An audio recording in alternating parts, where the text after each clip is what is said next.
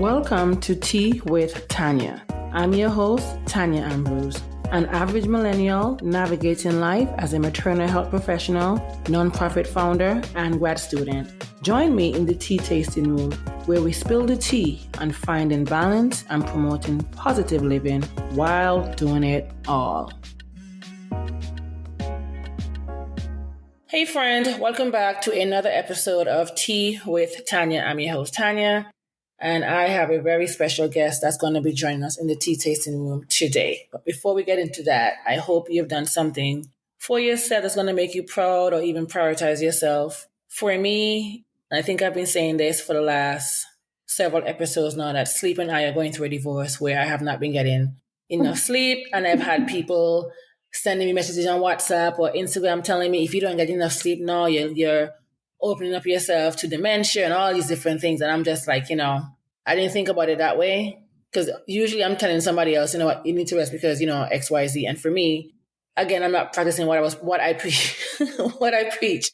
So for the first time in my entire life, I take it back. For the first time in like a month or two, I've gotten a good 8 hours of sleep, of uninterrupted sleep. So that's progress. I did wake up feeling like a truck hit me because, I do take 2 types of medication at night, one for my anxiety and one for my migraine. And they both separately sometimes make you drowsy, but together, child, they will knock you out. Oh, man. But at first, I thought I had a tolerance to the migraine, to both medication, both the anxiety and the migraine because I was not sleeping. But I think I was just really, really stressed out.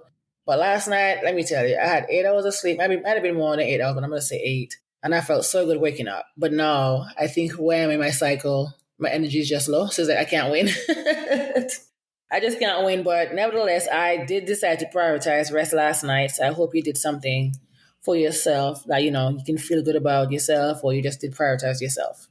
Anyway, that is that. Today's tea is, I'm still on my chamomile and lavender tea. I think I said that was going to be the tea for the month. So I'm still doing that because, again, I'm trying to be more relaxed in my life because between grad school, it's almost the end of the semester. So, it's like things are haywire. Between work, because I'm getting ready to go home on vacation in quotation mark, because I'm going to be working nevertheless. But I need to make sure that everything is organized at work, because when I go home to Antigua, I don't want anybody calling me, texting me. I don't want to come out to chaos. So I'm definitely making sure that all my I's are dotted and my T's are crossed at work. And then, of course, the podcast is podcasting. And then the nonprofit organization, we're getting ready to have we're currently running a menstrual pantry drive. So if you're listening and you want to donate to Squad Life Cares, I'm going to put that link in the bio so you can check our Amazon wishlist out so you can buy something from there so that we can ensure that our menstrual pantry stays restocked so we can serve our community as well. But yes, in addition to that, we're planning our 3rd annual health expo. So it's just been a lot going on over here in the tea tasting room. So like I said, I hope within the last week before we met here, you have done something for yourself. Whether it's drinking tea, whether it's taking your time with your routine, whatever it is, I hope you did something for yourself. Anyway, let's get into this episode. We're here. We are joined. We have another nosy person here in the tea tasting room. That's my girl. We talk nonstop every day. I don't know how we do it. I don't know how she do it. Well, we just find the time to be texting, talking, sharing ideas, building empires. I'm just over us at this point in time. But she's not new to the tea tasting room, but she may be new to some of you. So we're going to have her tell us about herself, and we're going to get into today's episode. So welcome to the tea tasting room, Giana, again. Thanks for having me. I am so happy to be here. I'm always happy to see your face. But yeah, like you said, we're always texting each other and gassing each other up and coming up with new ideas. Like we've probably created about 5 to 6 new businesses, sprinkling the occasional birth center. Listen, I'm so over us. I'm done. I'm done. I'm so happy that we have, like when those visions and that drive for improvement aligns with somebody, it's so rare. So I'm just happy that someone else cares about stuff like that. I feel that, you need to tell us some more about you. Like, what do you do? I mean, you're missing that part out. Come on now. I know. Okay. So yes, I'm a childbirth educator by way of public health research and maternal health outcomes. I did a lot of that throughout my master's program. That's where I focused all my projects. And now that I graduated 11 years ago now, that's kind of dating me. Yeah, I finished that 11 years ago, and then I really focused all of my efforts on maternal health research.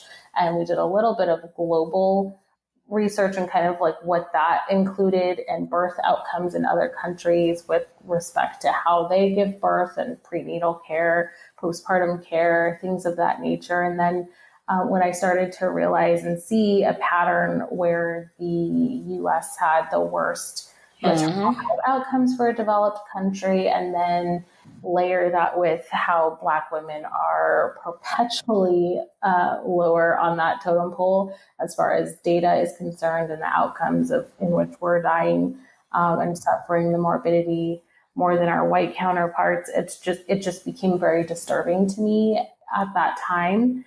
And then I kind of became more focused on, well, then how are we giving birth? What does that look like in the mainstream Western setting?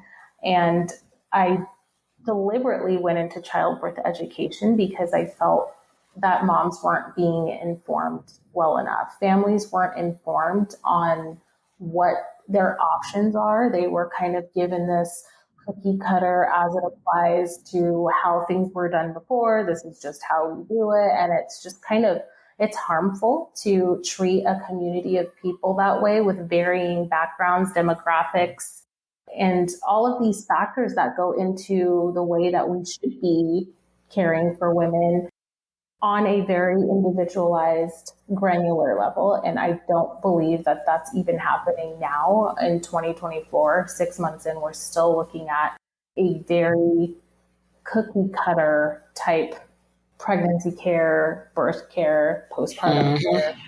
Our culture is totally lacking that. So here I am teaching childbirth education. Then I came into this realization that our birth education is only as good as it is when it's applied. And knowledge is power, but only when we apply that knowledge.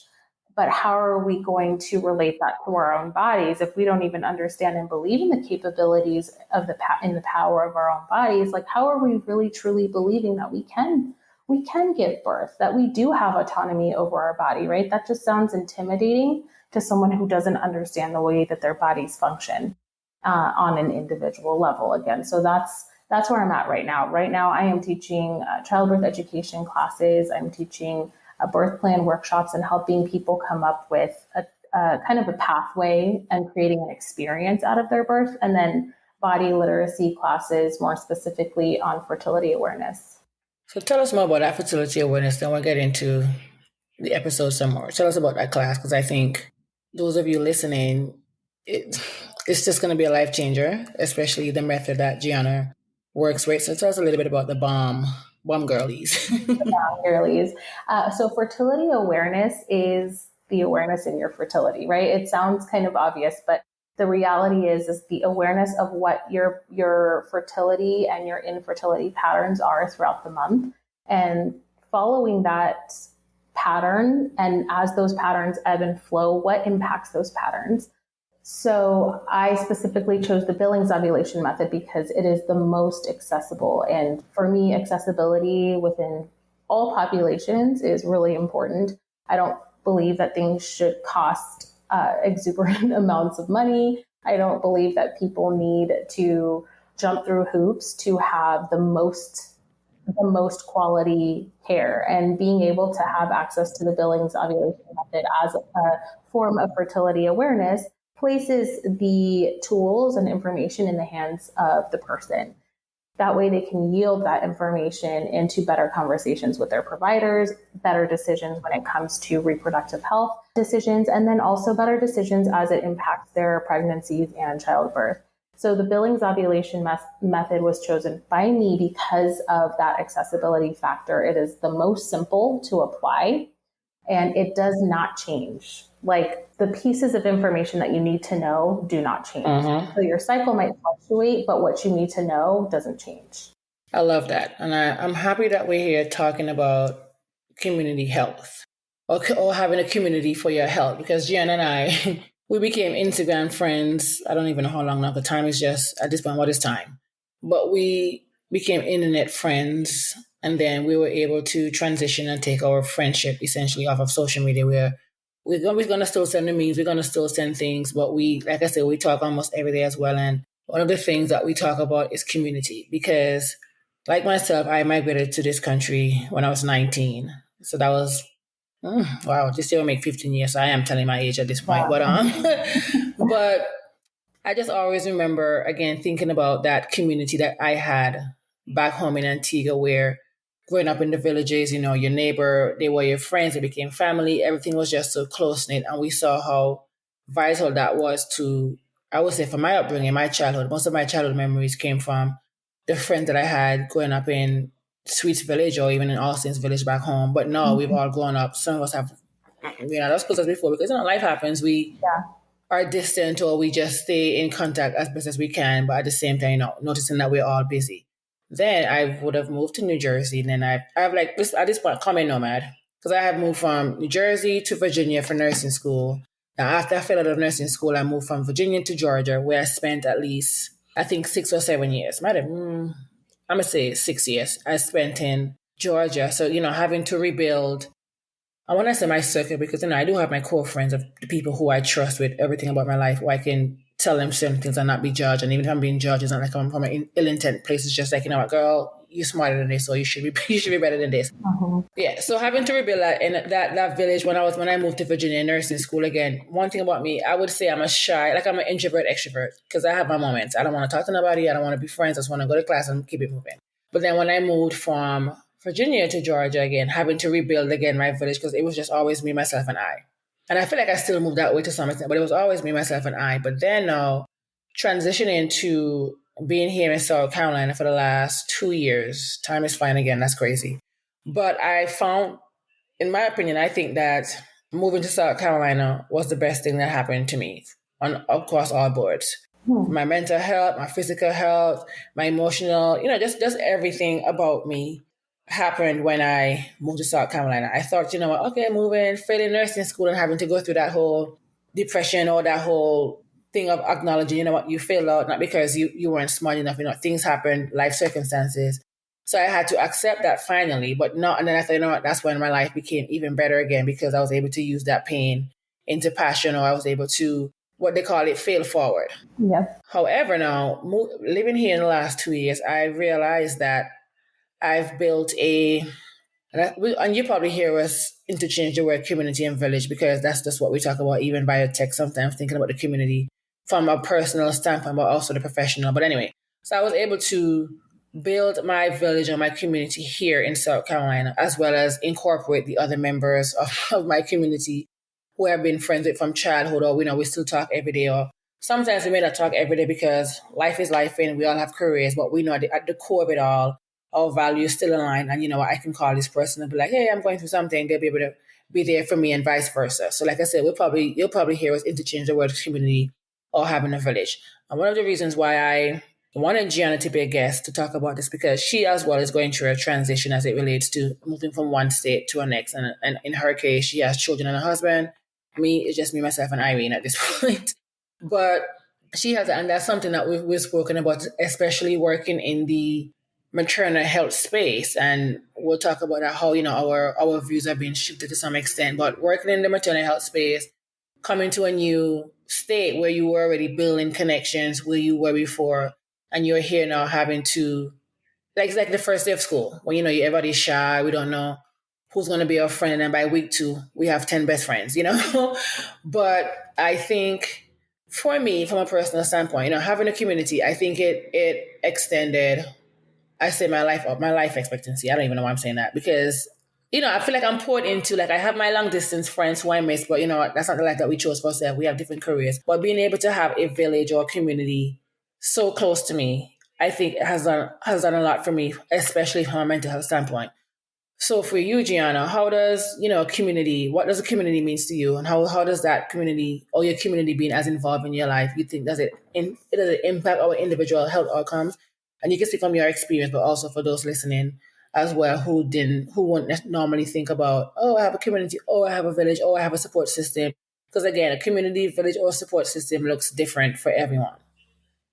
I think that it's really important for people to define what community is for them. To someone, it might be, oh, I have a good neighborhood. That's my community. The city I live in is my community. The parents at the school my kids attend is my community, or if my homeschooled, my co-op is my community. Like, what is that? And then it could be the people that are the most involved in your life, the people that you have the most involvement in their lives. And I think that's really important just to distinguish, to make that clarity, because it means something different to everyone. I don't think we truly really had that defined before we came here, because we just thought it was going to be applicable here. Yeah. For reference, we moved from Southern California to North Nashville, like north of Nashville, Tennessee. And it's quite a culture shock coming into just a completely different way of life and the US is so diverse as far as agriculture is concerned, but then also populations of people are very different all across the US. So I don't think we were really prepared for that or really had that level of awareness. But our community, to us, were the people that had stake in our lives, the people that we consider family, not, they're not friends. In Fast and the Furious, we love that series. In Fast and the Furious, Dom always said, I don't have friends, I got family. And that's what it is. When you're a friend of ours and you've been in our lives, you're family now, and that's it. So for us, that community we were super plugged into it. We became, and I know this is rare, but we became very close with our oldest son's best friend's parents. So we're super close to them, and a couple of his other friends very close to those parents, to the point where he went to school with them, and then we would help each other pick him up sometimes. And then when we went to church, they were also at church, and birthday party, it was they were very immersed in our lives, and vice versa. So that was a big part of our community. Our two best friends, who are also our kids' godparents, are out there, and we have they both have lived with us at different periods of time for various reasons. And I think that's something also very unique, and it has created such a strong bond between the four of us adults, and then also in our kids' lives. They look up to them. They are their family. So I think community, defining it, is very important. But to us and to me, that community is someone or a group of people who are very vested in your life, and you are also vested in theirs. So I would even say, just because you don't live down the street from me, you're definitely part of my community. We are literally integrated into each other's lives in a very unique way, thanks to the 21st century and technology. So we have that. And that, for us, has taken a very, very serious hit to both of our mental health, and then also our oldest son, which I don't know that we were that prepared for. It is really a shift in just the culture. No matter you're in the United States, they say it's very diverse, but the people in New Jersey, New York, up north versus the people down south, it's just two totally different. It's just really different how nice or how approachable people are up north versus down south, or down south versus up north. So that's always going to be a transition, especially when you're having kids. Mm-hmm. And I think about the World Health Organization and what they define health as, and that is a state of complete physical, mental, and social well-being, and not merely the absence of disease or illness, right? And then they also define wellness as the optimal state of health of individuals and groups. So basically, wellness is expressed as a positive approach to living. So we're both public health professionals, and like I said, we can sit here and talk all day and give you guys a glimpse into our brain, but we can spare you all the different file cabinets that's opening out in our brains every time. But to you, Giana, what does social support play in promoting health within our communities? And again, in this instance, when we're talking about communities, again, that could mean where you live at, like you say, or it could just be that community that you build with the people around you. So what role does social support play in promoting health within communities? And the reason why I'm asking this because I've seen people on social media or just people who I may know or I'm acquainted with, I don't need no support. I don't need friends. I don't need family. I can do this all on my own. When in reality, my girl or my guy, you do need help. Like you need someone. You kind of keep depending, let's say maybe on one set of a person just to tell all your problems to. Because what I'm realizing is that we all have something that's going on. And I'm going to share this. See, I asked a question and I'm running my mouth. But I was in Bible study. I was in Bible study last night. And I think we were reading, might have been James 1, verses 2 to 6. Here I go. Here goes Pastor Tanya now entering the tea tasting room. But in that, and I'm not reading this verbatim, this is just my interpretation of what I can remember. But in that scripture, they spoke about, sometimes the guilt that we have or the doubt that we have when it comes to, God answering our prayers or giving us the gifts that we want or whatever the case may be. And it's like, I think in one passage it said, look around to see the beauty around you. Like he's invisible, but yet still present. Because again, who's making the sun rise and set, all that whole aspect of it. And I was like, my interpretation, because we had to be in groups, my whole interpretation from that, reading that particular scripture was that sometimes I think about the people before us and what they had to endure, from slavery and everything. And so they had a community, the same physical, they had to go through physical abuse and, you're thinking about mental and emotional. But back then, because one of the ways in which we were told to read the Bible was one of the things was culture, context, and I forgot compassion. I forgot the other one, but the culture one was what you focus on. And I'm thinking, back then they had a community, like the people who were essentially on the plantation doing whatever they have to do. It might have been a tough day mentally, physically, because, you're being abused across all boards, but, you had your community and you guys are going to stick together to fight until you're able to get out or be released from that situation that you were in. And then we were like, fast forward into now, because we were saying that, back then they all had similar trauma, basically the same trauma. Because we know back in slavery, you're going to pick the cotton, you're going to do whatever, you're going to be beat, but you had to just still rely on your Black brothers and sisters or whatever the case may be. Whereas now we all have some trauma. Some of us have similar trauma. But I find that we tend to, my trauma is worse than yours. And I try to look at trauma as sin. No sin is greater than the other sin, Right. Yeah. So I'm just that we all have trauma. And I've experienced it with people telling me, your trauma doesn't compare to mine. I'm like, why are we even comparing trauma? So I'm saying all this to say, I think about us as individuals in this century where we have access to therapy. We have access to so many other different outlets that we can just release ourselves from our stress or trauma for a short period of time, depending on how thorough you want to be as far as healing your trauma from childhood to now. But I'm saying that sometimes I see that many of us, I don't need a friend, I don't need a community, I don't need X, Y, Z. And it's like, what? We can have our community, we can have our people in our circle, we can have our village that's going to impact us, in a positive way from a mental health standpoint. Now, I'm not saying that your best friend needs to be a therapist or your sister needs to be a therapist because we're not if unless they're trained to do that, then fine. But if you're not, of course, you're going to want to vent to your friend, your sister, whoever it is. But then sometimes I've been in a situation where I've told someone, hey, I don't have the mental capacity in this moment to deal with your issues. And they took that to mean that I was being mean.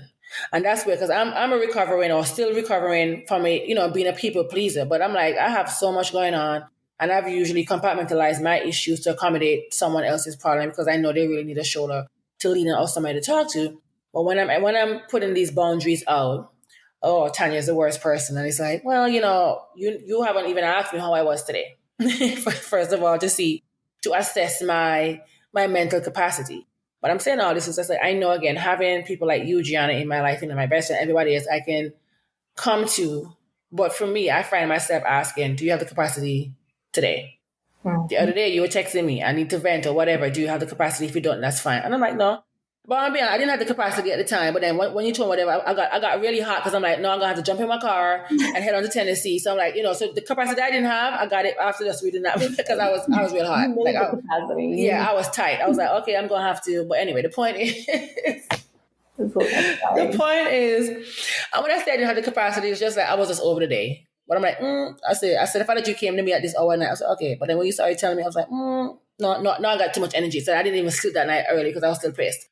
But I'm saying all that to say, what role does our social support play in promoting health and wellness within our communities? Because we need that. We need it. We need it. And I think that I understand why people may say that. It could be because that they've been hurt in the past, or like they feel like, they may have trust issues because, I had these people in my life and, whoop de whoop, whatever happened. And now I don't need nobody. Like that's a protective Barrier. Barrier. Which is fair to a point, but I think that it can be very detrimental down the line. But the social support, like you said, going back generations, like deep generations, people lived together in villages, which is why we call it the village. But as time went on and progress was made, and I'm putting air quotes because progress has been made, but I think that there has been such a harmful mentality that has perpetuated throughout Western society that we don't need each other. We're against each other and not together, because whoever they is to you, divide and conquer. If people don't come together and start working together as a team, then they got us where they want us. They can divide and conquer and spread a lot of mistrust within each other, and it's working. I'm not trying to say you got to trust everybody, but everybody needs somebody, and that level of support can change your health outcomes tremendously, as far as knowing who to go to for a certain health issue in the community. Like, oh, go see so and so down the street at their clinic, they got it, like that. They could help you with this, that, and the other. Oh, I need something so simple. Like, oh, I just need a cup of sugar. I forgot to get it at the store. Oh, go see Miss so-and-so down the street. Like that's how it used to be. Like, that's just how it used to be. And like, it gets to me, because everyone's really just like in these bubbles, so self-absorbed. This is what I'm doing. This is how I have to do it. Me, I. And when we look around us, like you said, when you were talking about that verse, look around you, look at the beauty around you, get outside yourself for a second. Yep. Start asking questions about, how can I serve? How can I help? Right? We all have talents. We all have roles. There's my kids, like I tell them all the time, you play a role in this house, in this family. We need you in this family. Whatever that strength you have, let's play to it. You're part of this team. We're working together for, our lives here on this earth while we're here. Like, we are working together. Without you pulling your weight, we're not going to be as good as we can be. Yeah. And that's how I feel it is in most, if not all populations, is that we don't realize the strength in numbers. We don't realize what it's going to look like when we actually pull together for the betterment of our community. And I think too, while I'm listening to you, I think for me, I have a love-hate relationship. And I want to say technology, but essentially I'm just in the social media, because of course, again, it brought us together. There's other people I've been able to network and connect with. But I think, and this is a conversation my sister and I often have when we talk about, again, the community, everyone is not meant to be a leader of a particular community, or leader of your friend circle, or leader of your village, whatever it is. But sometimes when you realize that you have an influence, and I think sometimes we have all these influencers, which we love them. But sometimes I often look at some influencers with like squinting my eyes, because I'm like, okay, some of the things that you are saying to us who are quote unquote your supporters, like your followers, is not accurate. And then I have to tell myself as well, especially when it comes to health, public health, maternal health, reproductive health, we've seen, we've seen people they take off and they're saying something. It's evidence-based. But I'm coming from a point where, like, Tanya, everyone is not going to be a public health professional. Everyone is not going to think the way you think. You're deeply passionate about saving the world and doing X, Y, Z. But you don't have as much influence as some of these quote unquote influencers. But then it's like, it comes on again. What even is influence? Like, what does that even mean? My goal in life is just to impact one person. And if I can impact one person, then I'm doing my job.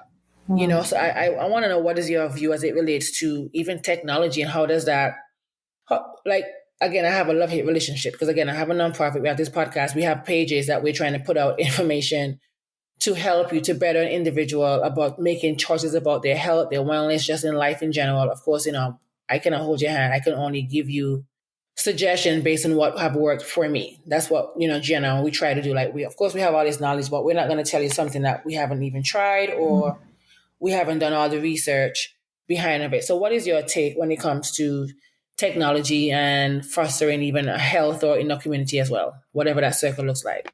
I do like the implementation of technology when it comes to bringing information into the hands of everyone who has access to technology. And I think that it's made a huge difference in the way that people perceive their healthcare. They know that they have access to this information now. What they do with it is a whole other story, but that's that's kind of along the lines with what you were saying, is that you can only do so much, point people to the resource. And I do think and value that the resources are just out there. Now, I think that is twofold, because there's anything out there. You can publish anything on the internet, and it's very difficult to sift through that, and it can have a level of influence on you. And all of this information that you're just taking in and absorbing, it leaves very little room for you to listen to your own intuition and what is applicable and what is not into your own life. So I think for sure that we have to set better boundaries when it comes to technology as a community, to make sure that people, I'm not saying like ban all this information on the internet because it's wrong, because I do think that's going far.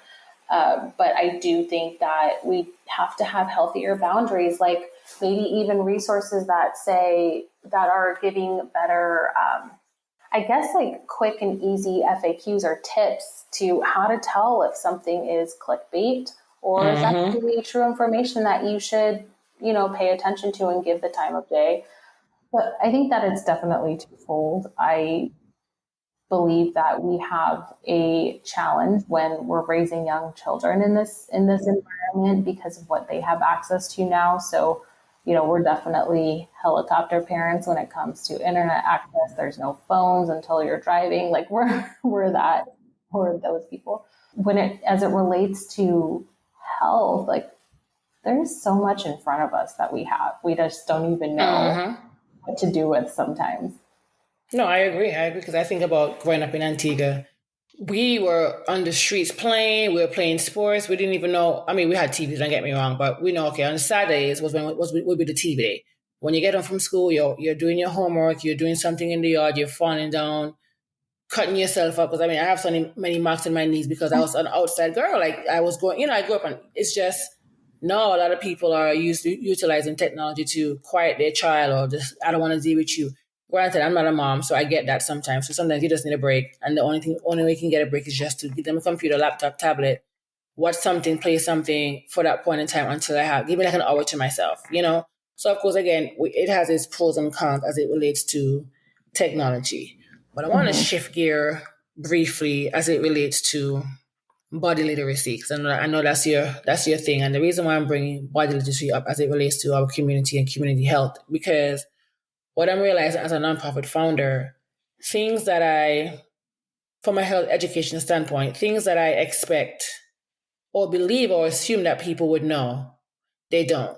And this is not even from a nonprofit founder. It's more like even working in the maternal health space, working as a doula, community health worker, all these different things you are providing. Because Giana and I, we're very big on education. Like we can give you all the resources we can. I mean, that's the easy part of our job at this point in time. But when it comes to actually educating, when I say educate, I'm not talking about 1+1 is 2, or 2 divided by 2 is 1. Whatever. I'm talking about actual education about your body. And the reason why I'm saying that, when we're talking about our community, our village, even community health, as it relates to the population, like if you go up in, I'm going to call it village in Antigua, if you go up in Swiss Village, I'm talking about the community of Swiss Village, whereas are we coming together to ensure that we are still planting our trees, growing our bush tea in the yard, doing all these different things? Can we still go and get some peppers in the backyard?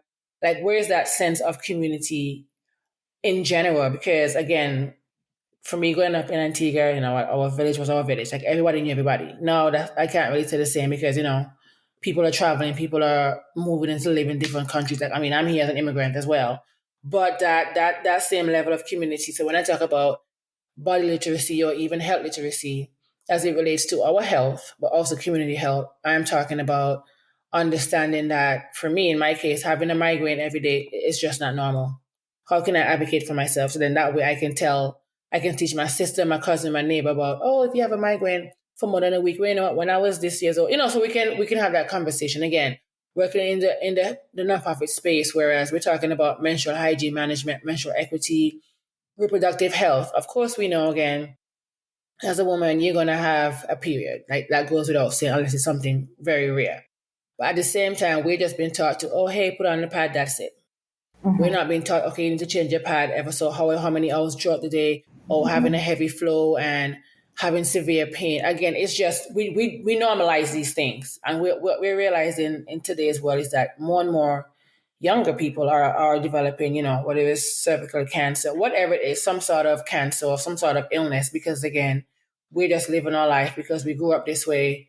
Let's just go right ahead. And then the communities are not necessarily as close as before. The values aren't being aligned. It's just like a misalignment. So what is body and health literacy, and why do you think it's important as it relates to our health as individual, but also from our community standpoint?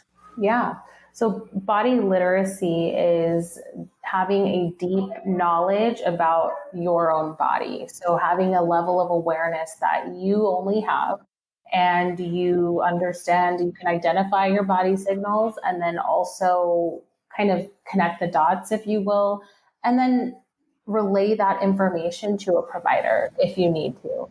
Being able to identify those signals and respond to those signals also comes with a level of self-awareness, which I think is really important to talk about too.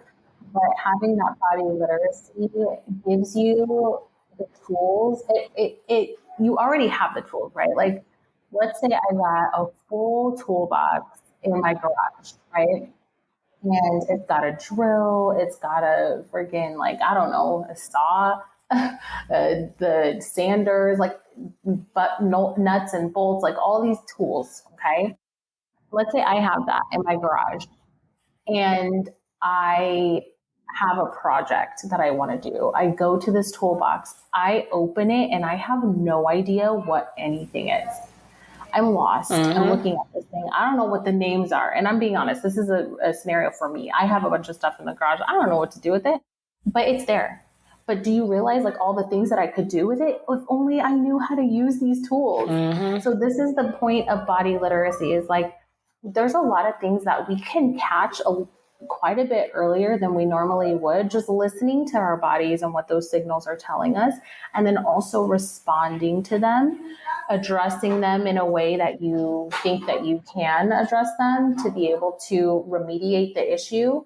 And then also having this awareness of, okay, this is what I've done so far, what I'm doing, from a natural, holistic, like at home standpoint, it's not working. The problem is persisting, or it went away and it's coming back. I'm going to escalate care now, because now you have this awareness of being able to relay this conversation over to your provider. So you get in front of your provider and you're like, hey, so-and-so, I was having this issue. It's been happening since, such and such date.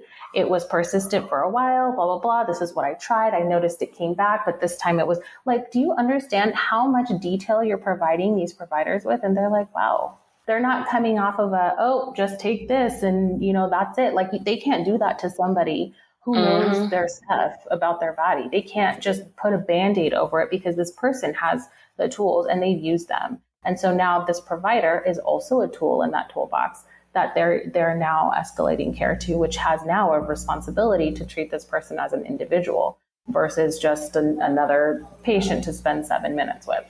No, I get that. And I'm glad you even mentioned like patient to provider, because when we're essentially, again, talking about health from a community standpoint, and I'm gonna speak to all of you, but also when it comes to individuals who are pregnant, right? Or even just like myself, sometimes I'm not pregnant, let me take that back, not just like myself. Myself, when I go to my doctor, like I said, I'm taking out time of my day to go see a doctor, and then you only talk to me for 10 minutes and you're able to diagnose me whatever the case may be. So also when it comes to your health and knowing what you need to do as it relates to that, have that open conversation. Because I think sometimes we get a little bit shy. Like your doctor is supposed to be part of your community, part of your village, for lack of a better word. Like, your care providers, they need to be part of your village because one, we're all sharing the same common interest. Of course, whether it's a friend, family member, or again, your care providers, however that look like, we have one interest, we have the same values or goals, and that could be in different forms as well. So when you mentioned, about the care provider, I said, sometimes we put our care providers on a pedestal, which is all good. Mm-hmm. Don't get me wrong. I mean, they went to school, they're in debt because of that, trying to help me. However, it's very important that you're asking pertinent questions because again, it comes down to your health. How can you better your community? How can you make better or more informed choices or decisions as it relates to your health and wellness? So again, you want to find people who share a common interest as you, who have your best interests at heart as it relates to your health and wellness, and just as far as your community. Because again, growing up, again, like I said, back in the day, we were playing cricket and all these different things in the room, in the road, and in home, in suites. But then now we're just so segregated to some extent. You know what I mean? And then for me, I think that we have to create and cultivate a culture where we're much more soft. You hear people talk about this soft life and this soft era, but it's like every man for himself. Mm-hmm. We need to when it comes to fostering like a community that's, you mentioned earlier, inclusive. We want to ensure that you could be white, you could be black, you could be Jamaican, you could be Trinidadian, whatever it is. It's important that we lean into that value of what it means to have a diverse community. Like myself, some of us, we don't practice active listening. I was just telling my sister this morning, there's a big difference between listening and hearing. And there's a big difference between hearing and listening. I mean, if vice versa in that regards, you know what I mean? So we want to create spaces where we all feel welcome and we can just contribute to our community in some way, shape, or form. I want to say community again. Like Giana is part of my community. She's part of my village. Like some decisions that I make, I have to run by her before I even make my own decision because again, I am conscious and I'm intentional about building that, having that toolbox where I can have it. She's part of my community. This is what community means to me. And like Giana mentioned earlier, is it where you live because you live in a nice area, or does it mean that you have a community where you want to, in my case, sometimes give back? On social media, we have followers, we're educating you, we're giving you free game. Mm-hmm. A lot of that on social media. But again, so you are now our community. Like you here in the tea tasting room, listening to this episode today, you're part of the community that I'm trying to foster, I'm trying to build so we can all be on this health and wellness journey, but also understand what it means to be health literate, body literate, also what it means to be part of a community. What does community mean to you again? How can I build my village? How can I make sure that I'm advocating for myself and those around me? We have this saying of, I want my names to be called in rooms that I may not even be in yet. I'm going to say, Giana, I think this could be a good fit for you. Get it done. And I think it just contributes to overall health and well-being from a mental, emotional, and physical standpoint. When I say physical now, we can talk about the physical community, the roles that you have, the environments, the built environment around you. That could be something, the basketball courts in your village or city, whatever it is. Then that's also another way you can foster that community. But also, for me, as an Antiguan, I'm thinking that we are losing that manners and respect for our elders too. I know I'm going like off topic, but no, I'm so glad that you said that because I was just thinking about that when you were talking about fostering community. Like it's been lost throughout generations. And it came down, like to me, my first thought goes to the way that women were in a community, women healers, midwives in the community. These were the birth experts. Yeah. These were the women who knew plant medicine like the back of their hand. How do you think they knew that? Their grandmommies told them. Then their grandmamas told them. And their grandmamas. Like this wisdom was passed down. And suddenly you get to this point in history where that stuff didn't matter anymore. Yeah, it's non-existent. It was being passed down, but that generation wasn't listening. What happened? And I desperately have that question. Like, what happened? Why did we stop passing this wisdom down to each other? That's part of fostering community. And I think we often forget that, right now there's so many different stipulations even from a midwife standpoint. And I get it, okay, we are much more advanced as it relates to technology. But again, who's going to be passing down all this wisdom? I mean, I guess our wisdom has come from the internet. And even then, because I was just telling my sister, like I said, I'm off topic again, but back growing up, we used to watch so many different documentaries about hurricanes, like just the beauty of the world. And now, because we have all these million freaking streaming platforms, like a lot of these documentaries are no longer available. Whether we could watch these documentaries by VHS or DVD or whatever at the time, that was also helping to shape or mold a community of young minds. So, I can be a veterinarian, I can be an astronaut, whatever it is, but no, we're just going with the flow. Like, I can't even find a proper documentary. And I think I'm subscribed to every single platform you can think of. They're just taking them on my account every month. But sometimes I only watch one. I'm being honest, like I cannot tell when last I opened even one of the streaming platform, but yet still I'm paying for it for some reason. I don't know why. But I think it's just that we've lost that touch as it relates to our community. So I hope, again, our goal between Giana and I is for us to continue to educate and empower. And I know sometimes that word empower gets thrown out loosely as well, but we are really passionate about empowering you to make informed decisions, empowering you for you to realize that you need somebody to lean on. Like, sometimes we have friends and we take them for granted. And what I mean by that is, oh yeah, she's going to be there for me. She got me. I got her.